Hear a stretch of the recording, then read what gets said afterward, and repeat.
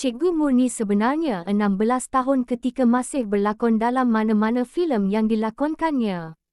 Mari kita mengimbau sedikit mana datangnya Cikgu Murni, yang terkenal dalam filem Nasib Labu-Labi, Siti Murni binti Ismail atau lebih dikenali dengan Murni Sarawak, ditawarkan untuk mengikat kontrak bersama Malay Films Production ketika berusia 16 tahun. Murni Sarawak dilahirkan di Singapura pada tahun 1946. Beliau adalah anak sulung dan anak tunggal kepada seniwati siput Sarawak, bersama suami pertama seniman biduan Ismail Kasim, dan untuk makluman Murni Sarawak ini merupakan kakak kandung penyanyi tersohor Anita Sarawak. Filem pertama beliau selepas mengikat kontrak adalah Nolela 1962 bersama hero Aziz Jaafar di bawah arahan Dheeraj Ghosh. Pada usia 16 tahun ini, ketika itu Murni sudah pun berumah tangga dengan seorang kru studio Cathay Keris bernama Abdullah, kemudian menjadi pelakon bernama Dolah Dagang. Murni Sarawak sebenarnya sudah mula berlakon seawal usia 10 tahun bersama ibunya Siput Sarawak di dalam filem Pencuri 1956 terbitan Cathay Keris. Beliau juga sering menjadi pelakon tambahan menjadi penari dan dayang istana.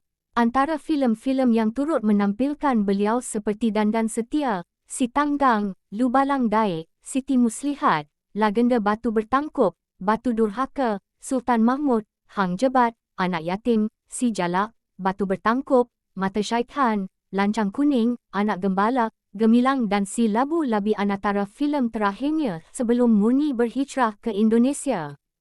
Sinonim dengan nama panggilan Sarawak, seperti ibunya Siput Sarawak dan datuknya Dolah Sarawak, Murni kekal nama sebagai Murni Sarawak bersama adiknya Anita Sarawak. Di studio Shaw Malay Film Production, selepas filem Nolela, Murni Sarawak membintangi filem Neraka pada tahun 1962 bersama hero seniman Jins Syamsuddin arahan Dheeraj Ghosh, dan akhirnya P. Ramlee telah mengangkat beliau apabila muncul sebagai watak paling diingati sehingga kini, iaitu Cikgu Murni, dalam filem Nasib Labu-Labi pada tahun 1963. Nama Cikgu Murni menjadi sangat terkenal ketika itu, namun Murni dikatakan telah menghilangkan diri dunia seni apabila bercerai dengan Dolah Dagang. Dikatakan bersama dengan Dolah Dagang, Murni tidak dikurniakan anak. Kemudian beliau dikatakan berkahwin dengan seorang pemuda Indonesia yang merupakan seorang pengarah hebat ketika itu, lalu mengambil keputusan untuk mengikut pulang ke kampung halaman suaminya. Perkahwinan itu mereka telah dikurniakan 6 orang anak, namun sayang sekali tak seorang pun mengikuti jejak langkah ibunya, kesemua anaknya menetap di Indonesia. Dikhabarkan Murni Sarawak telah menghembuskan nafas terakhir pada bulan April tahun 2016. Berita itu diberitahu sendiri oleh anak sulungnya menerusi Facebook milik anaknya. Murni Sarawak menghembuskan nafas ketika berusia 70 tahun akibat penyakit barah. Semoga rohnya dicucuri rahmat dan ditempatkan bersama para soleha. Yang ini siapa pula cikgu? Yang ini guru kecil tuan. Bagus jiwa Cikgu Murni macam jiwa saya cintakan anak yatim dan juga Cikgu Murni. Dialog dari filem mana ni? Cuba anda teka. Jika anda nak tahu, nama sebenar Murni adalah Cikgu Murniati binti Dolah Haji Ibrahim Sarawak, yang kini nama beliau sangat sinonim dipanggil Cikgu, yang terkenal dalam filem Nasib Labu-Labi 1963. Itu adalah antara watak ikonik di dalam filem arahan P. Ramlee. Tahukah anda usia sebenar Cikgu Murni ketika ini adalah 16 tahun? Kemudian selepas berkahwin dengan pengarah terkenal Indonesia, beliau telah menukarkan nama sebagai Dewi Murni binti Ismail. Pada tahun 1962, beliau telah ditawarkan untuk mengikat kontrak bersama Malay Film Production ketika berusia 16 tahun, disebabkan pengaruh besar ibunya Siput Sarawak dan datuknya Dolah Sarawak yang ketika itu, mereka sangat aktif dalam bidang lakonan, kerana hampir keseluruhan filem 50-an Siput Sarawak antara pelakon yang paling digemari, dan menjadi rebutan para pengarah terkenal, mahupun di Singapura dan Hong Kong ketika itu. Datuknya juga merupakan seorang bangsawan yang sangat terkenal. Beruntung Murni Sarawak dan adiknya Anita Sarawak dilahirkan dalam keluarga bangsawan dan industri seni. Filem pertama beliau diangkat sebagai heroin di dalam filem Nolela bersama hero Aziz Jaafar, di bawah pengarah Dheeraj Ghosh.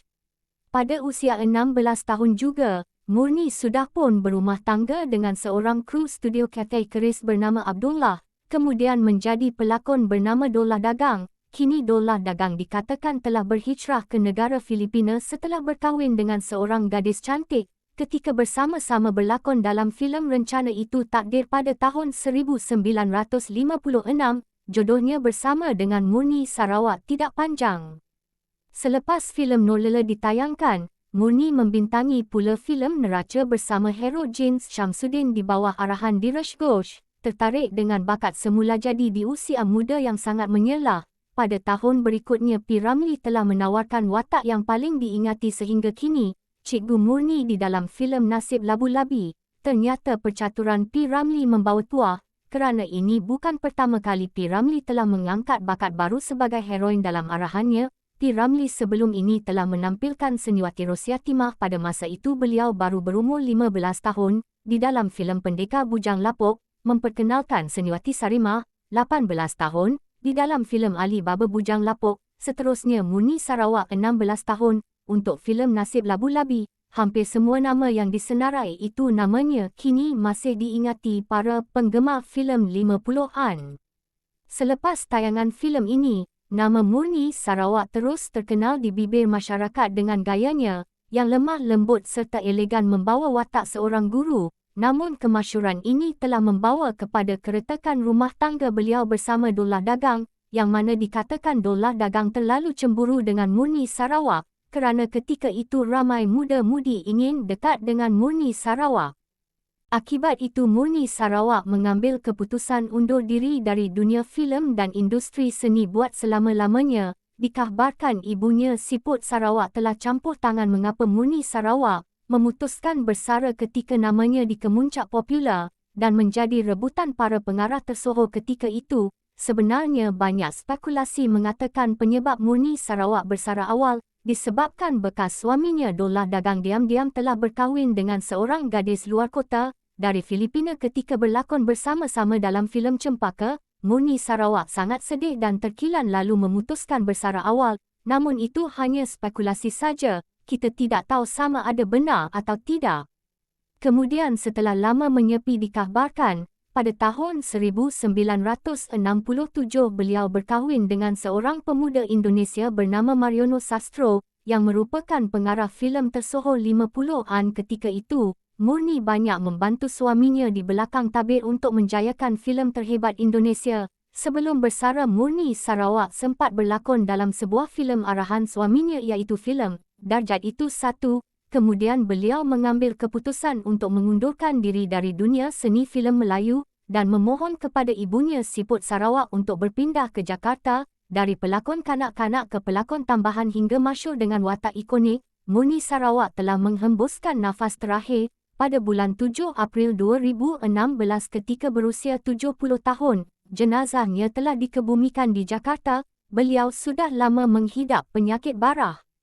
Beliau meninggalkan 6 orang cahaya mata, walaupun kemunculannya hanya seketika, namun namanya dan gelarannya sebagai Cikgu Murni hingga kini masih diingati.